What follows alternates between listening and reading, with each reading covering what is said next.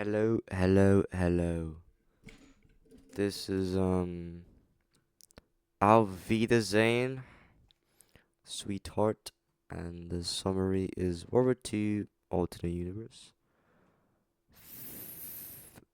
Feliciano Vargas is a passionate, if slightly scared, Italian resistance member. Falling in love with a German pilot was the last thing he expected, and it will test his national loyalty and his heart to their limits. Uh, um, Jesus.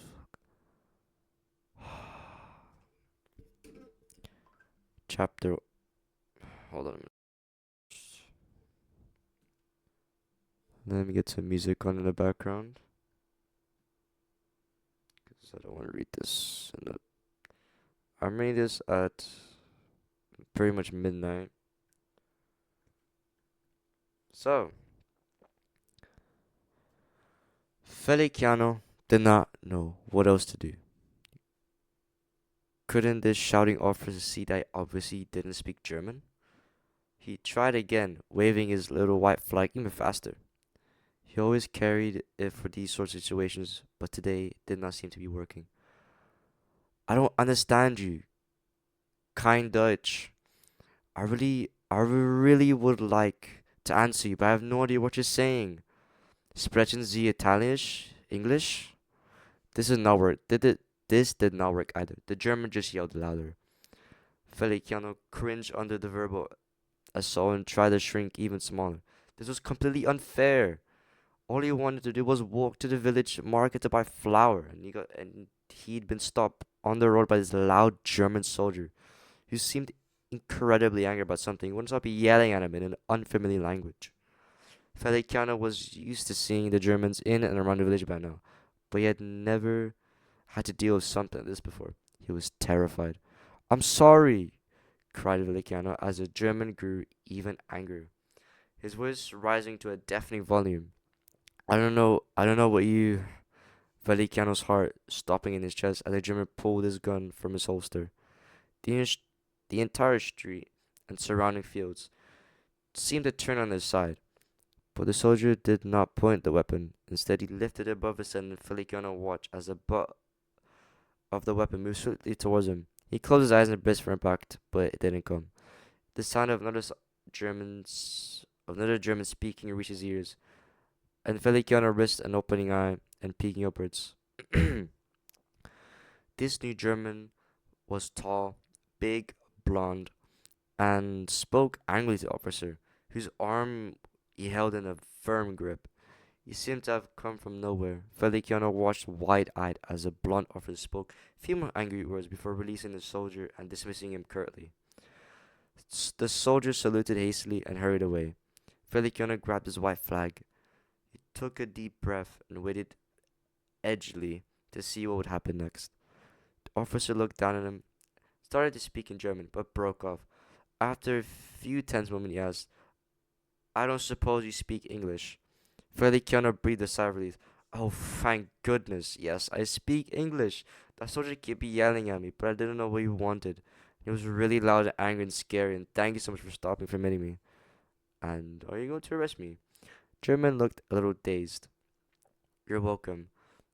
No, I'm not going to arrest you. Oh, good.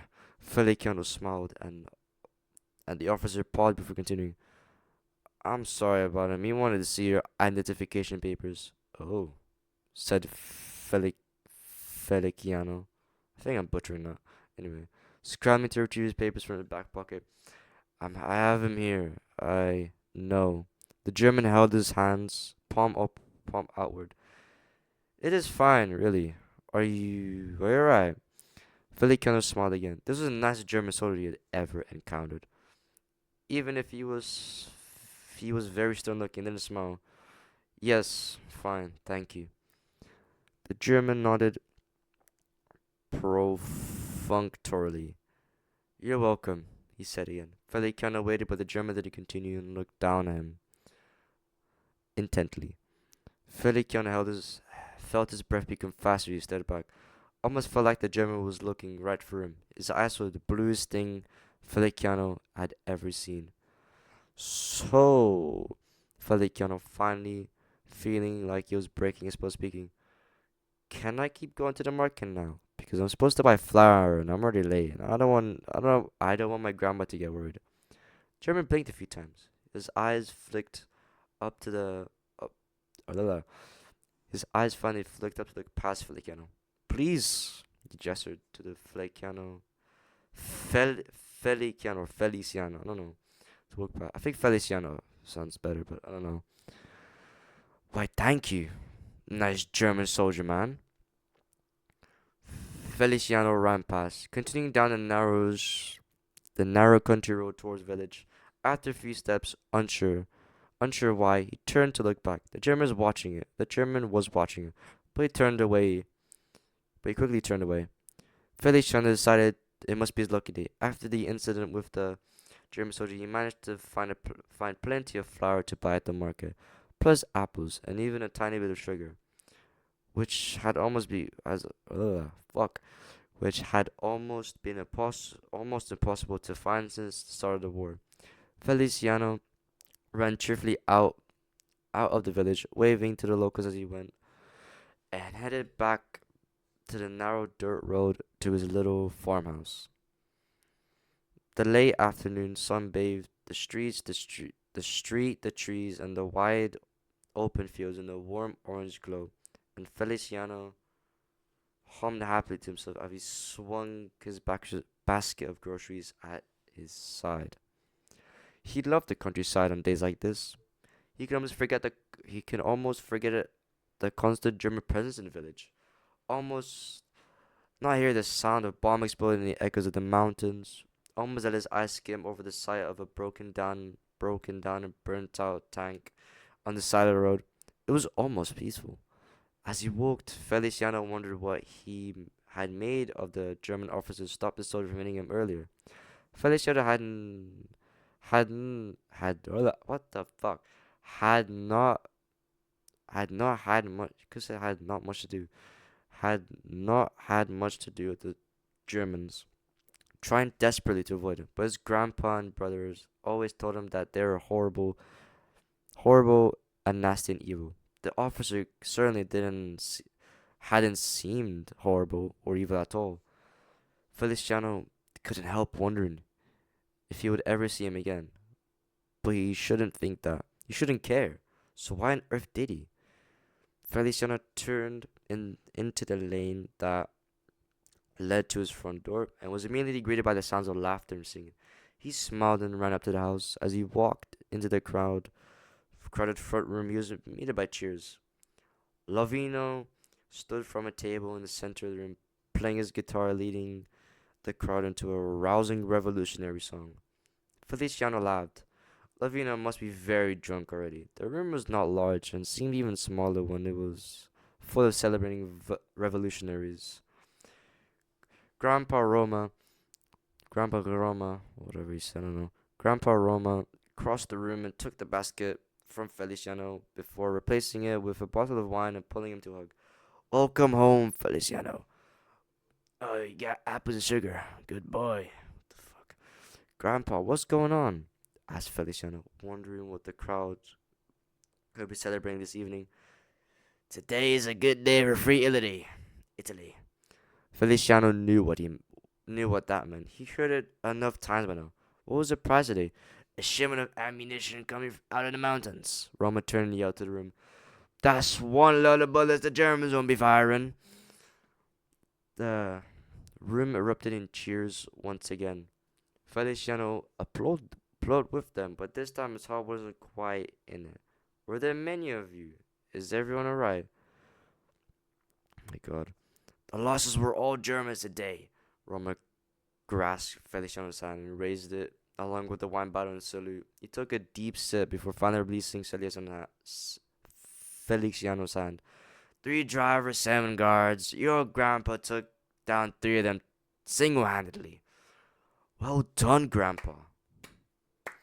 I don't know if he clapped either. Then fuck. Anyway, Feliciano took a swig of the wine and tried to think through the loud singing and talking and cheering of the roomful of revolutionaries. He never used to think about it. Grandpa always said that the only good German soldier was a dead German soldier. But Feliciano suddenly thought those soldiers who had been killed could have been just like the German he had met on the road today. It was strange. Grandpa had told him plenty of times about soldiers he had killed, and Feliciano hadn't given a second thought. But now that evil German he had told to hate had a face with eyes as blue as the sky. So drink, Feli, and celebrate another victory for La Resistenza. La Resistenza, whatever. The loud and excited resistance members cheered again. Feliciano knew all of them. Villagers and farmers who opposed the German military presence in Italy and had joined the forces to fight against them and sabotage their operations. They often met in the Vargas farmstead or cantina in the village, usually to plan a mission to celebrate one accomplished. They were La Resistenza, the Italian resistance. They were currently among the most wanted people in Italy, stopping German supplies, bombing cars and tanks, gathering tactical information. La Resistenza worked tirelessly to sabotage the efforts of the military in Italy, and when they celebrated, it was with the same passion and thoroughness. Lavina finished the chorus of the song, jumped down from the table, and threw an arm around Feliciano. Hey, Feliciano! Oh, what the fuck? Hey, Feliciano was right. Lavina clearly had drunk too much wine already.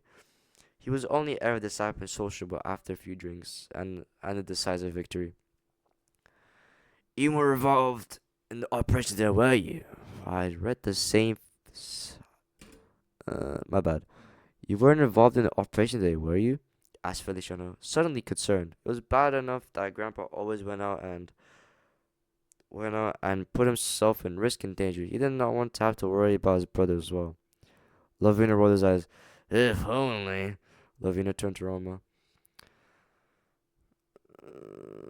Oh, it's not even that. This is not the grandpa yet. If only. Lavina turned to Roma. When are you going to let me go out with you on a real mission, Grandpa? I'm sick of just planting bombs in cars. I want to see a little more action.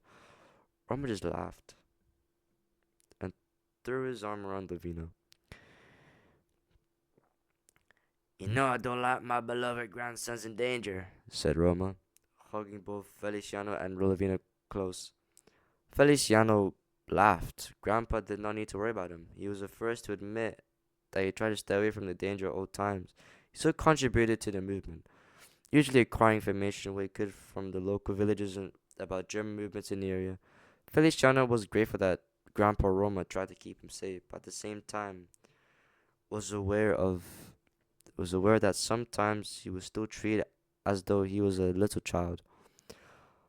Lovino, on the other hand, had been desperate to get out into the action for years, even though Grandpa kept telling him that the purpose of the resistance was to be seen as little as possible, and that face-to-face conflicts were rare. But every small increase in responsibility Grandpa allowed Lovino, he only ever wanted more. Next time, Lovino, I promise, said Roma, smiling cheerfully and ruffling Lavina's hair. You always say that, grumbled Lavino, knocking Roma's hand away. Roma just laughed and took the guitar from Lavina's hand. Cheer up, Lavino. Celebrate and sing with us. Roma strummed the guitar and turned and bowed to the room. He started playing an immediately recognizable melody. The crowd in the room erupted in cheers and appreciation. Then Roma burst into a song that was not familiar to them all. I'm not singing that. It is nearly 1 a.m. I'm not doing that. Blah blah blah. La la la la la la. Anyway, I don't even know what that says anyway. The revolutionary joined in, loving the drunken wine and exhilaration, seemed to immediately forget his annoyance and started to dance with some of the local girls. Feliciano couldn't help being carried away. He drank wine from the bottle and joining in the singing. He greeted various people cheerfully when they walked over to speak to him. He laughed and celebrated and listened to the tales of victories, then shouted loudly among everyone for Grandpa Roma to play the song again. He played, he danced and cheered and sung the song over and over to the final verse, which everyone sung so that even Feliciano was sure they could be heard even in the village. I'm not singing that. The night, exhausted, full and happy, Feliciano lay trying to sleep with Lovino's snores coming from the bed beside us. He spent the night eating, drinking, talking, and singing songs of Italian freedom with the local resistance. But he closed his eyes contentedly, drifted off to sleep. The last image to drift through his head was that blonde-haired, blue-eyed German officer, standing in the sunlight and looking down at him. To be continued. Now, what can we infer in the summary? Well, let's look back here. Actually, no, that's not this. As we can see, the summary. This is a summary of just chapter 1. I'm doing chapter 1 only for this day. Next day will be chapter 2, obviously. But, let's get the summary. So, the summary. Feliciano was being pressured by a German officer. He couldn't understand him at all. All he was asking was all the German officer was asking was, "Do you speak Italian, English?" Which he didn't know what they were saying or asking him. Anyway, he was scared. He was just very terrified, and he was about to get hit by the German officer with the butt of his gun. But the I want to say the protagonist, but the other quote unquote protagonist. I don't know this. I don't know the story and this protagonist. I know Feliciano is the main character, but I think the other main character. You know what I mean?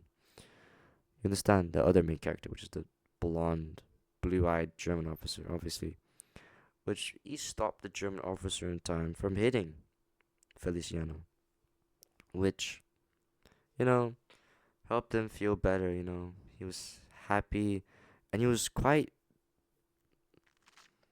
I would say, surprised and shocked that this German officer was so sweet and so kind, even though all the things he's been told that they're mean, they're nasty, they're evil, they're loud and scary, they're violent, they're abusive. I wouldn't say abusive, but we can hint to abusiveness because German officer almost hit him, pretty much. The other German officer, not the blonde boy, but yeah. But he walked off after being let off by the German officer after showing his identification papers. Well, not really. He didn't show him. But the German officer let him off, saying, "Oh, you can go. Don't need to show me. You can just go. Don't worry about it." But he went, bought the flour, sugar, and apples. Well, he got plenty of flour, apples, and a tiny bit of sugar, which was quite rare since the start of the war. So, and the other parts, I love the countryside. It would take his mind off of the burnt down tanks, the explosions and everything. But it is the but as he got home, it was Free Italy Day, which is a celebration. I don't know what it was about. They celebrated. They got drunk. They ate. They sang songs. They were just enjoying the time. They were just having fun. His brother was complaining about, like, "Oh, when are you gonna let me out to go on a real mission?" And the more responsibility he gave, the more, yeah. Every small increase in responsibility Grandpa allowed Lovino, he only ever wanted more. Which, that's what happened. And they sung a song. I'm not singing that, obviously, but that's what it is. They went to sleep, exhausted, full and happy. And he laid, trying to sleep, while his brother snored the others from the bed beside us. That's it for chapter 1. Chapter 2 hopefully come out tomorrow. And yeah, I'm done, cause it's yeah.